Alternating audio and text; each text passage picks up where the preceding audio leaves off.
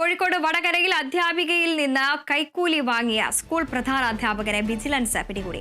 Vadakara പാക്കയിൽ JP സ്കൂളിലെ പ്രധാനാധ്യാപകൻ EM രവീന്ദ്രനെയാണ് Kozhikode vigilance സംഘം പിടികൂടിയത്. വാർത്തയുടെ വിവരങ്ങളുമായി അഭിന പി ചിറക്കൽ ചേരുന്നു. അഭിന, കോഴിക്കോട് വടകരയിലാണ് അധ്യാപികയിൽ നിന്ന് കൈക്കൂലി വാങ്ങിയ സ്കൂളിലെ പ്രധാനാധ്യാപകരെ വിജിലൻസിന്റെ പിടിയിലായിരിക്കുന്നത്. വിവരങ്ങൾ എങ്ങനെയാണ്?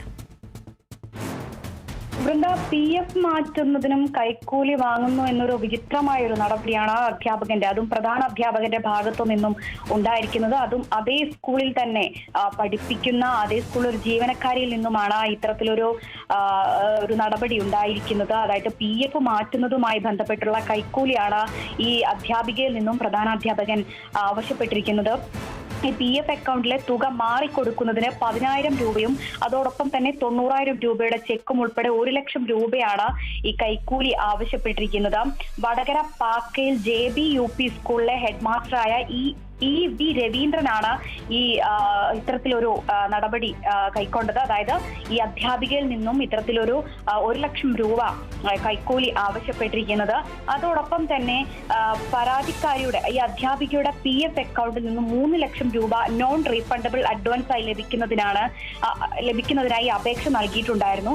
ഈ സ്കൂളിലെ ഹെഡ് മാസ്റ്ററായ EV രവീന്ദ്രൻ PF അക്കൗണ്ട് മാറി നൽകുന്നതിനുള്ള നടപടിക്രമം ചെയ്യുന്നതിനാണ് ഈ ഒരു 1 ലക്ഷം രൂപ കൈക്കൂലി അധ്യാപികയോട് ആവശ്യപ്പെട്ടതും. അതോടൊപ്പം തന്നെ ഈ ഒരു പണം നൽകാൻ വൈകിയതിനാൽ തന്നെ ഈ PF അഡ്വാൻസ് മാറി കിട്ടുന്നതിനുള്ള നടപടിക്രമങ്ങളെല്ലാം തന്നെ ഈ പ്രധാന അധ്യാപകൻ വൈകിപ്പിക്കുകയും ചെയ്തിട്ടുണ്ടായിരുന്നു. തുടർന്ന് ഈ അധ്യാപിക ഈ വടകര പോലീസ് എക്സൈസിനെ ഈ ഒരു വിവരം അറിയിക്കുകയും അതോടൊപ്പം തന്നെ നഗരത്തിലെ കോഴിക്കോട്ടെ പ്രധാന നഗരത്തിൽ വെച്ചിട്ടായിരുന്നു ഇത്തരത്തിൽ ഈ ഒരു കൈക്കൂലി കൈമാറിയിട്ടുണ്ടായിരുന്നത്. അതോടൊപ്പം തന്നെ ഈ കൈക്കൂലി കൈമാറുന്നതിനോടൊപ്പം തന്നെയായിരുന്നു ഈ വിജിലൻസ് ഇത്തരത്തിൽ ഇവിടേക്ക് എത്തിച്ചേർന്നതും. അതോടൊപ്പം തന്നെ ഈ പ്രതിയെ വടകര ലിങ്ക് റോഡ് വെച്ചിട്ടായിരുന്നു ഈ ഒരു തുക കൈമാറിയിട്ടുണ്ടായിരുന്നത്.